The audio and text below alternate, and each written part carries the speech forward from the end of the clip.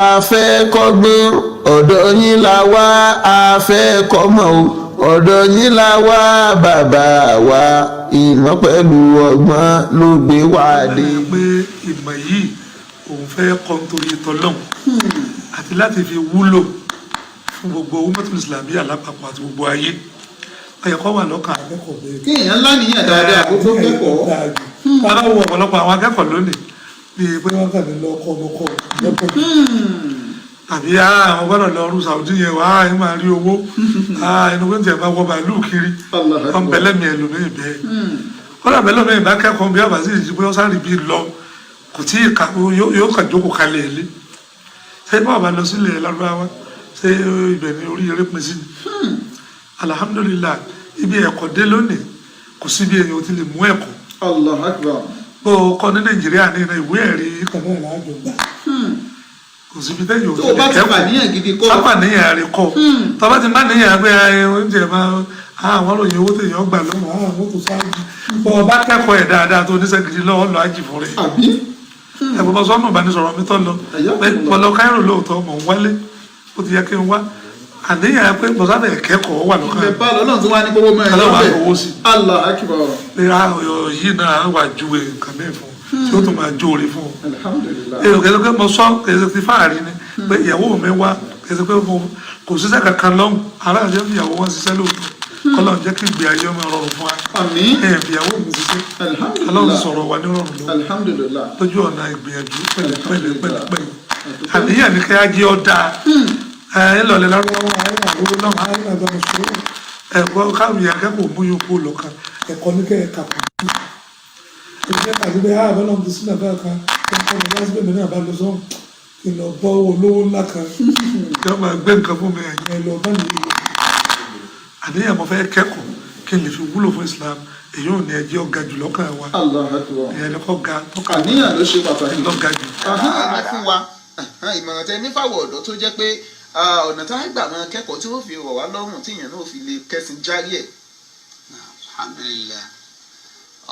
gẹ́gẹ́ bí mo sọ síwájú kò sí téèyàn fẹ́ kọ́nsẹ̀mì ilé ayé yìí tí ò ní rí ṣòro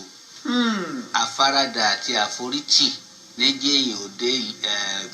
èbúté ògo Allahu Akbar. níjẹ́ èèyàn ò délé ìlérí ìmọ̀ràn mi sí gbogbo ọ̀dọ́ lásìkò tá a wà yìí ni wípé tí a náà bá lẹ́mìí wípé bí bàbá wa Abdulbaki bí wọ́n ṣe ṣàṣeyọrí tí a yẹ pé wọ́n láàkùnlá káàkiri lòun náà sì fẹ́ ni gbogbo àwọn àfa kàǹkàkàǹkà àwọn tí wọ́n ń bẹ láyé ní ìsìn bàbá wa Khalifa nù tí wọ́n bá ń sàdámà láwà yàtọ̀ o táwọn bá ní káwọn máa sọ kí ni ojú wọn rí lójú ọ̀nà mọ̀ yìí kó tó di pé wọ́n dantí ẹ̀ dá yìí ẹnu ọkọ̀ sísọ. bákan náà gbogbo àwọn dàkátìrà tá à ń rí àtúndí pòfẹ́sọ̀ àrí gbogbo ẹ̀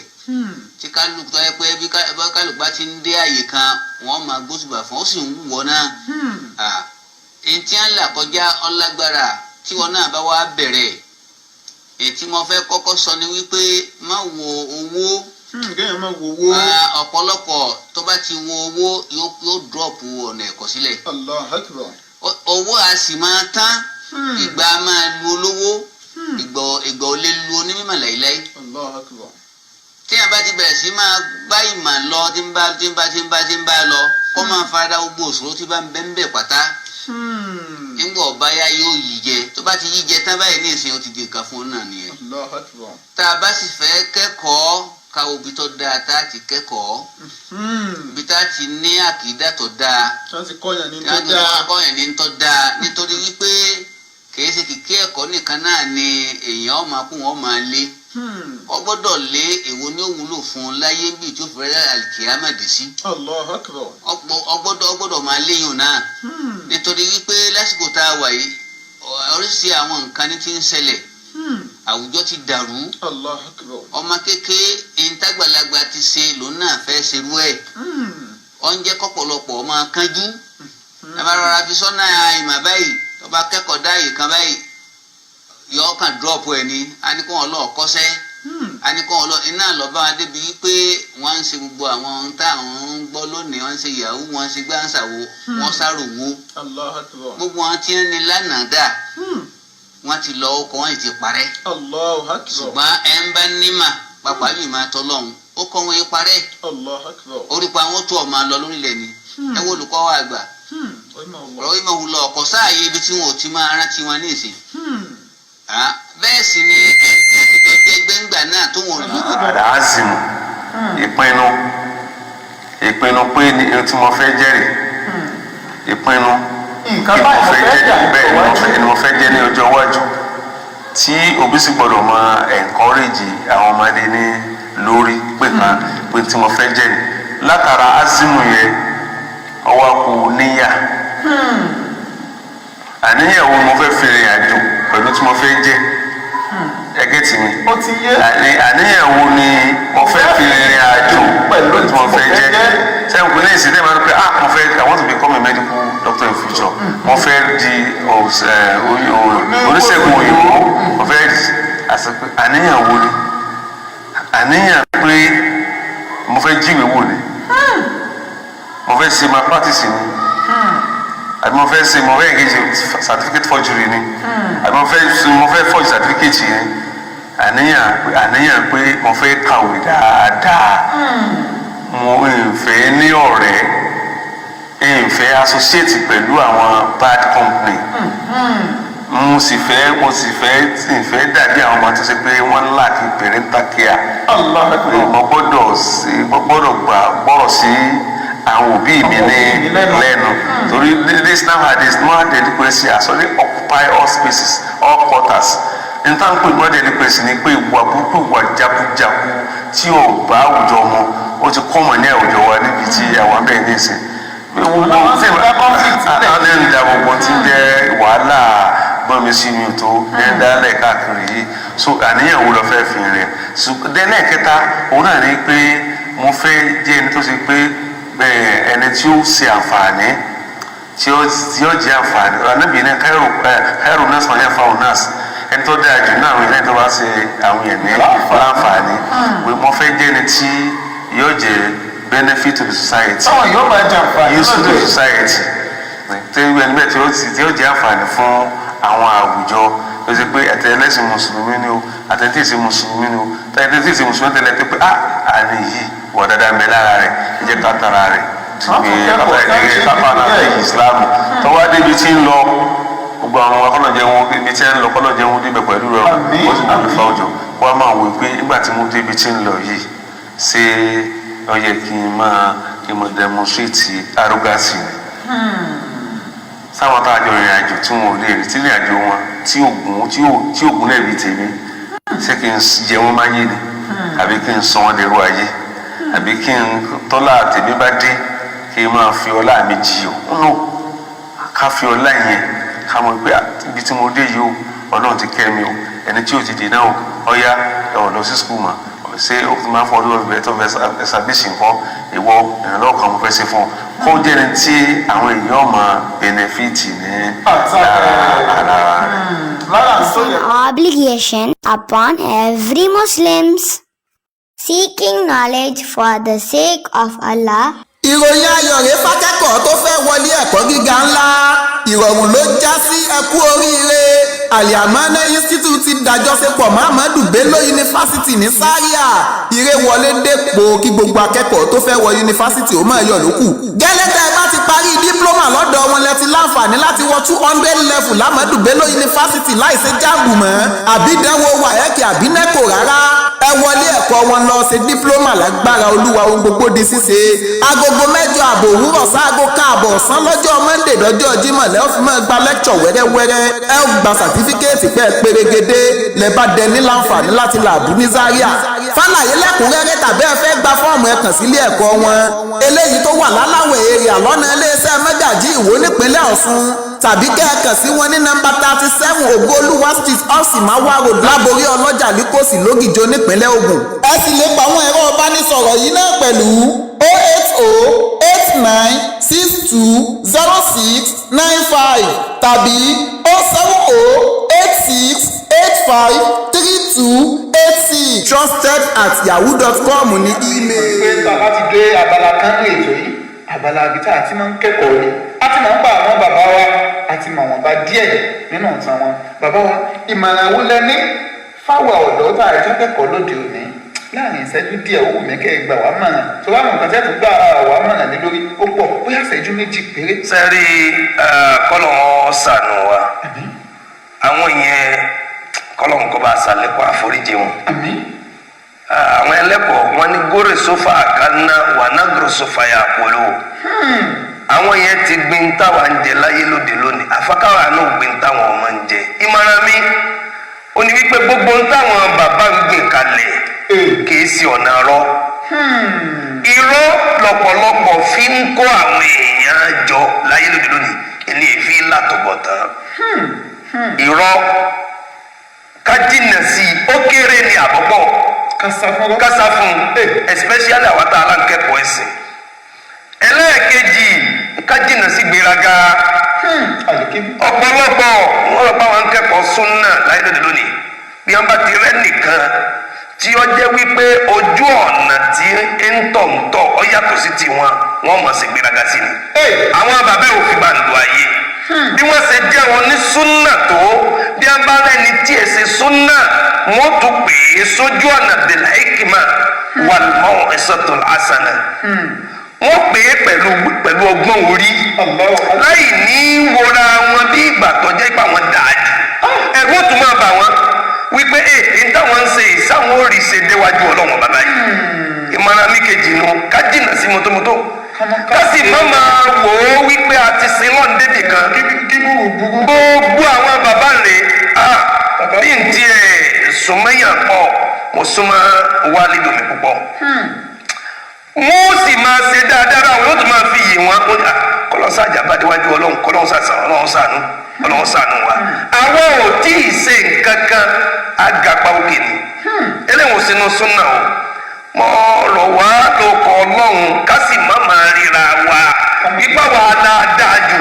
Quran sọ pé wala tuzakku anfusakum huwa a'lamu biman ittaqa. bàbá lójú ayé wọn àwọn ni president ọ̀ṣọ́ṣẹ́ muslim community tí wọ́n bá parí meeting tán lọ́sọ̀gbọ̀ wọ́n wá sọ wípé ẹja lọ fáwọn bàbá ìmáàmù lábọ̀ nítorí wípé àwa lè mú wọn.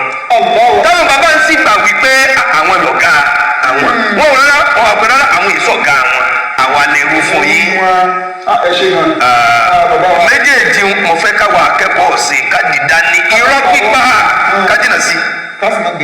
kájìnà sí ìgbéraga ó kéré àtọ́pọ̀ ni.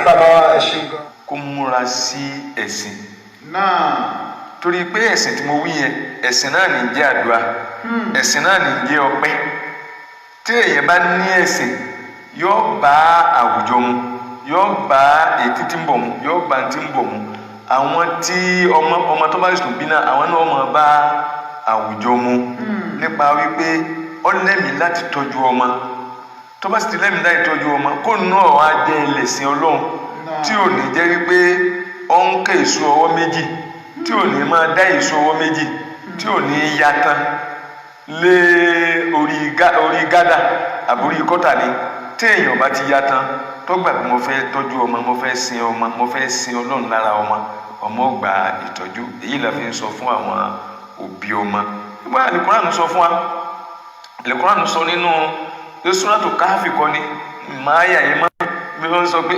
àyà sẹ́mi ni ó jẹ́ wọ́n sọ pé bàdà a'udhu billahi minash shaitanir rajim ọlọ́ni alimalu walibanuna zinatul hayati dunya walibaqiyatu salihatu khayrun inda rabbika thawaban wa khayrun amala. ọ̀rọ̀ ọmọ lọ́lọ́run sọ ń bẹ̀ wọn pé àti ká lówó lọ́wọ́ àti ká ní sínú ayé ká ní gbádùn ayé ká ní ọrọ̀ ayé gbogbo nǹkan ayé ó dó sí ìyàn lọ́dọ̀ kò tí ì tó kankan o walibaqiyatu salihatu khayrun inda rabbika thawaban wa khayrun amala. ẹ̀sìn lọ́lọ́run kìlọ̀ tó bá wọn. ìdí ọ̀sẹ̀ kù ẹ̀sìn tá a bá ti wá gbàgbé ẹ̀sìn náà ní ọ̀sẹ̀ kù àtàrí ẹ̀sìn náà láti máa tọ́jú ọmọ àràmọ́ lọ ilé ìwé àràmọ́ lọ ilé ike níjẹ́ òní ni mọ́kàwé bí èèyàn bá kàwé ní ìsìn gan-an òǹgbọ́ rí pé àbùkù kan bẹ tó jókòó dé òun yóò rí pé àbùkù kan bẹ tó jókòó dé òun ṣùgbọ́n kí ló lè fi ká àbùkù kú o ní kọ́ kẹ́kọ̀ọ́ kọ́ kàwé kọ́ yẹjú kọ́ má jẹ́ aláàbò ẹ̀kọ́ kọ́ ka kéwú kọ́ má jẹ́ aláàbò ẹ̀kọ́ by that ọ̀nà ọ̀la fúnru ọmọ bẹ́ẹ̀ ẹlẹ́tọ́mọ wa ni wípé kọ́mọ ọmọ wò wípé